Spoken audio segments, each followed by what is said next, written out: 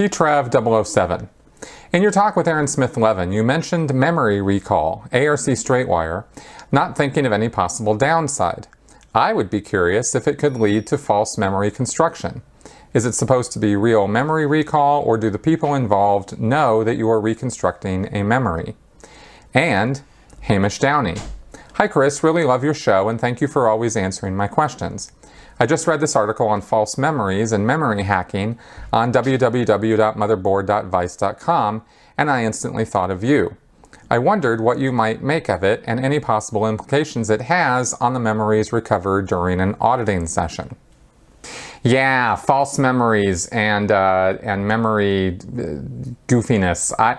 This is not something I'm an expert in. This is where you really got to get into the neurology of things in order to really get into how memory works. And there's just still, as far as I know from when I have looked into it, they're still figuring this stuff out. And Hamish, the article you sent to me from motherboard.vice.com, I looked at, and I can't really get behind everything that woman was saying as far as, well, any memory you have from earlier than 2 years old is a fake memory or false memory. I don't necessarily buy into that, this idea that, well, the brain doesn't construct any memories before you're 2 years old, because of course I'm going to refute that, because I have a very, very clear memory of my first birthday, and I've had it all my life. I didn't just come up with this memory through auditing sessions or through, somebody asking me about it, or through, some experience that somebody had where they were suggesting things to me. I just have always had that memory. So when she said, well, there's just nobody who ever remembers anything before they're 2 years old, I just instantly go, nah, it doesn't match up with my subjective experience. So, had a little bit of a hard time with that one. But I do absolutely go into the idea that false memories can be created, and that people can absolutely mistake imagination for memory. And if I'm doing that for my first birthday, maybe I am, right? But I've always had that memory, so I don't know, right? But I'm willing to be open to the idea that maybe if you could, somehow prove to me that there's just no way at all that could ever be possible, then maybe I might review, whether I'm making up that memory or not.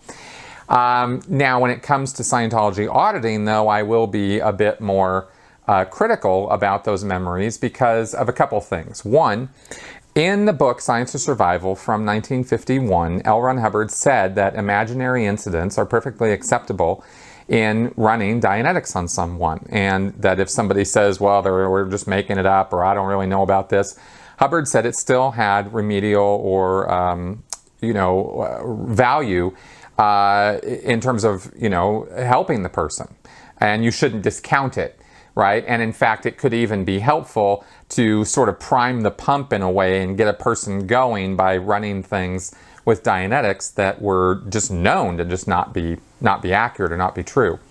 Now, therefore, that opened the door in Scientology to the idea that you could run things, and if you were imagining them or creating them, out of whole cloth, the auditor, because of the auditor's code in Scientology, where the auditor's not supposed to evaluate for the pre-clear or tell him what to think about his case, or invalidate the pre-clear's case or gains in or out of session. Those are the first 2 points of the auditor's code, and they're really, really important in Scientology. So because of those 2 points, the auditor is going to be the last person who's supposed to tell the person, well, that's just imaginary and we're not going to do anything with it, right? And in fact, they'll go the other way and they will encourage a person to run something in an auditing session that may be like the person's going, yeah, there's just no way this is true. The auditor goes, it's all right, just go ahead and tell me what's going on, right? So there's that whole thing where you're making something up, or you suspect, well, this just doesn't really fly, because here's what's happening, right? The auditor, almost every time that's going on, will be thinking to himself, this thing really happened to the person. Maybe this thing really happened to the person in a past life. But they're still going to think, the auditor's still going to have a tendency to go in a direction where they're going to think that whatever this person is making up actually did happen at some point.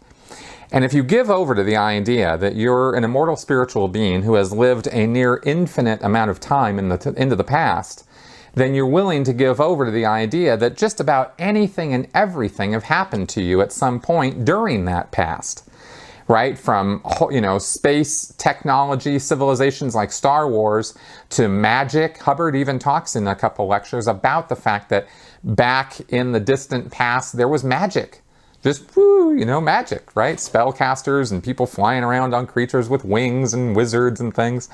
He doesn't get into a lot of detail about it. It's like a one-liner that he just drops in the middle of a lecture or two, right? But nothing is too fantastical to be brought up in an auditing session, and nothing that is brought up is going to be poo-pooed or say, yeah, there's just no way that's true. Unless you start bad-mouthing David Miscavige, okay, or L. Ron Hubbard. Then the auditor might start rejecting what you're saying, right? If you start saying that, if you were to go in an auditing session and you were to say that, David Miscavige assaulted me last week, the auditor might go, okay, what's going on here? And they might start doubting your word, right? Because that's now offending their biases about Scientology executives and leaders, right? So that's where they'll get critical of your memories, but they won't get critical of you flying around on some eagle with a 50-foot wingspan when you were a wizard, 3 billion years ago. So, it's a little bit funny. Now, as far as false memories go, like I said, I'm not an expert on this, but to directly address this, I will say that I know for a fact I made stuff up in auditing, especially on the false purpose rundown auditing that I was receiving when I was on the RPF, where it was required that you go back in time, millions of years ago and find incidents of wrongdoing that, where you were blowing up planets and stuff. I mean, really nasty stuff. And I would just let my imagination run wild with that stuff, right? And I didn't particularly have the idea when I was doing it that I was just riffing on my imagination. But I look at it now and I think, yeah, that's what I was doing. At the time, I was in this mindset, like I just explained to you, where I thought, well, anything's possible. Anything and everything has happened to me. So if I'm imagining it, or if I'm seeing it in response to an answer to a question I'm being asked, then it's probably real. Right? And out it comes, and which of course gives you the idea that Scientology lends itself to and encourages making up things that have happened in the far distant past or within this lifetime in order to answer the auditing questions, right? Because if the guiding thing in an auditing session is, one, what the pre-clear is thinking, and two, what the e-meter is doing. And I have my finger here for the needle on the e-meter. Ding, ding, right? When it reads on something, the auditor's going, hey, what's that? And it doesn't matter to the auditor what comes up, right? The auditor will sit there and watch the meter, and it registers, and he goes, what's that thought that you just had? The guy goes, oh, it's crazy. I don't care. Tell me what it is, right? And I go, well, I imagine... and sometimes it could be a little bit of something, right? You have to develop it like a Polaroid picture, I see a corner of a desk, all right. Where's the desk? What color is the desk? Is it in a room? Is it outside? Tell me all about this. And you start developing this picture, right?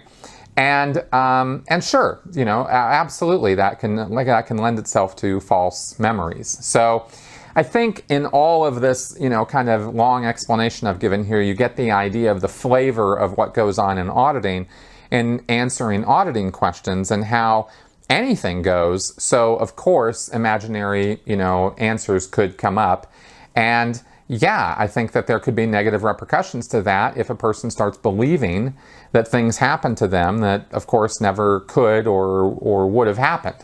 So, and that's one of the problems I have now with auditing, right? That it does that and encourages that, and I don't think that's a healthy way, particularly to rehabilitate or remedy a problem that a person's having or deal with issues that they're having. So that's my take on that.